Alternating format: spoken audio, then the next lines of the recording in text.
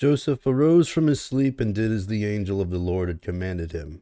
He took his wife to live with him and had no relations with her before she had brought forth her firstborn son, and he named him Jesus.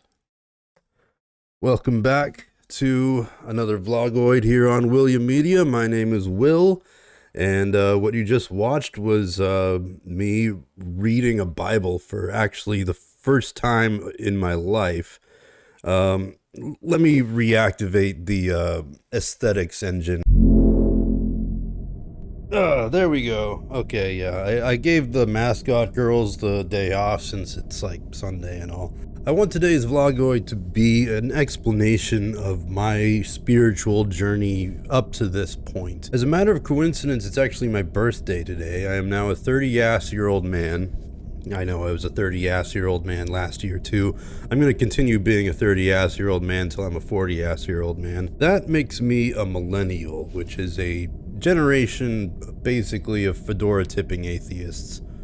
And I was a part of that fedora tipping atheist crowd once upon a time, just, you know, dunking on Christianity with like the stupidest arguments like, oh, if God's real, then why does bad thing happen? And looking back, it's kind of cringe. Like, dude, just think about it for like more than 15 seconds, which is of course eventually what I did. I thought about it for more than 15 seconds, 15 minutes, 15 years. I was really big into watching those atheist versus Christian debates back in the day where like Richard Dawkins or Christopher Hitchens would, you know, debate some theological religious scholar. And I used to get off on, you know, watching the atheists dunk on the Christians. And until I found one, I don't remember who was on the atheist side, but I remember the pro-theism side was argued by William Lane Craig.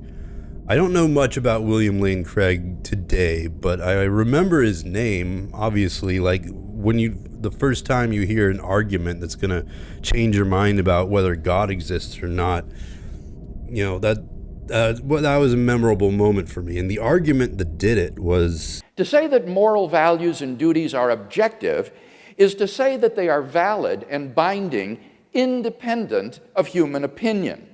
If God exists, then we have a sound foundation for objective moral values and duties. we need to appeal to an authority outside of ourselves in order to be able to know right from wrong.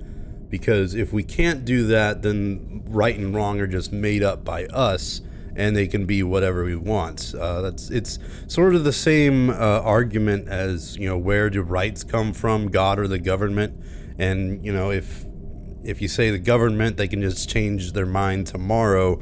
I really hope that's making sense. I think I understand these ideas a little bit better than I'm capable of communicating them at this point. If I remember correctly, the opposition in that debate, the atheist side, was very much making irrelevant points that didn't really address what William Lane Craig had to say. So anyway, starting in young adulthood, I was no longer an atheist. I couldn't possibly buy into the like without an outer authority, you can't make any claims about morality at all.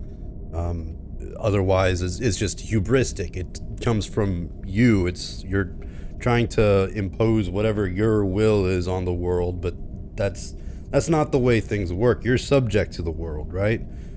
So I sort of came to believe that God was sort of a synonym for the totality of reality. Now, if you couldn't guess, my family was not a religious household. You know the old adage about you can lead a horse to water, but you can't make them drink? In my case, you know, they didn't even lead the horse to water.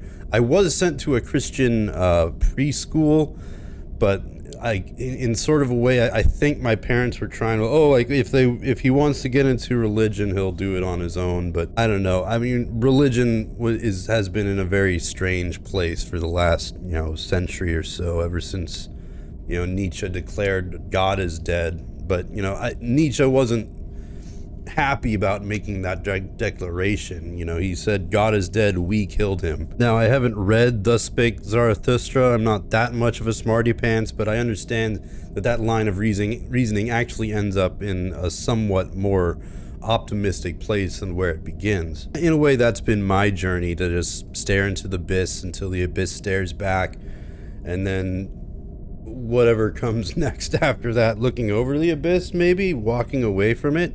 Another thing that may have been an influence on me was that my father, who's no longer with us, converted to Catholicism in the later years of his life. Meanwhile, my mother, who is also no longer with us, I believe was raised Protestant Lutheran. Now, the more and more I thought about God, the more and more I thought about religious thought in general, and maybe considering converting to a religion for myself, which is something I always had difficult because of that fedora tipping atheist background. You know, it was the intellectual questions that got in the way, like, you know, oh, you can't literally raise a man from the dead, so since I can't literally believe in it, then I can't commit to it. But, you know, as I get wiser, I really realize that that's not the point. What part of the point is to surrender yourself to a higher authority.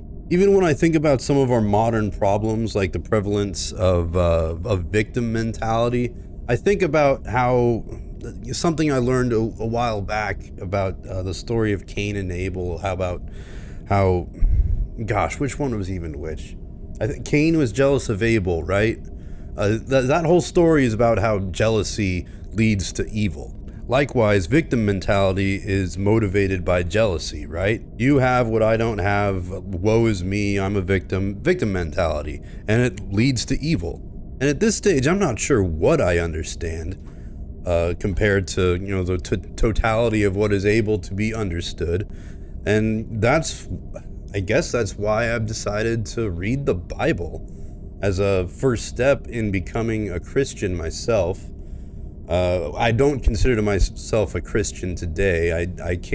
I still have a few stupid canards that I have to get past, and baptism, of course. I haven't been baptized or anything like that. I understand that's a part of becoming an Orthodox Christian. And for now, that is the flavor of Christianity that I've selected for myself, Orthodox Christianity.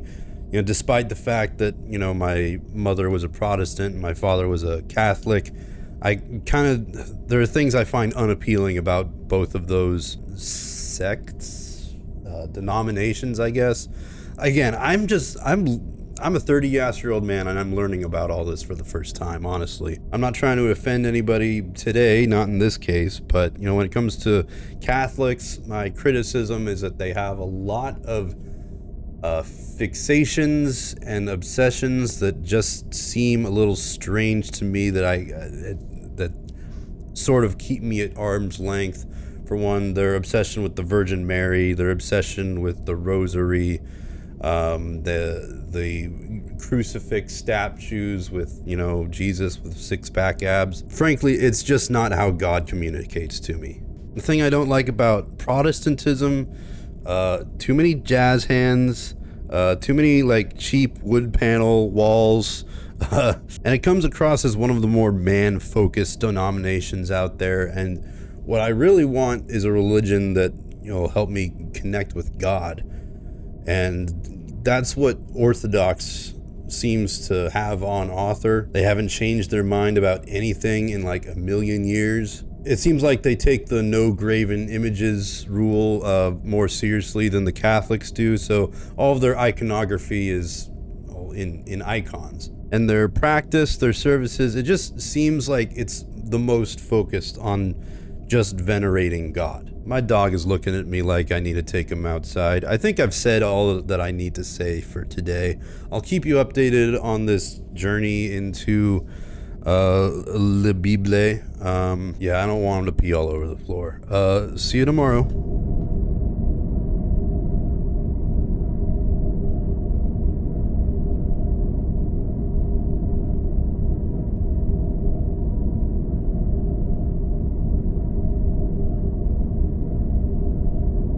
Oh yeah, and I'll bet anything that Orthodox people tell the best jokes about Protestants and Catholics.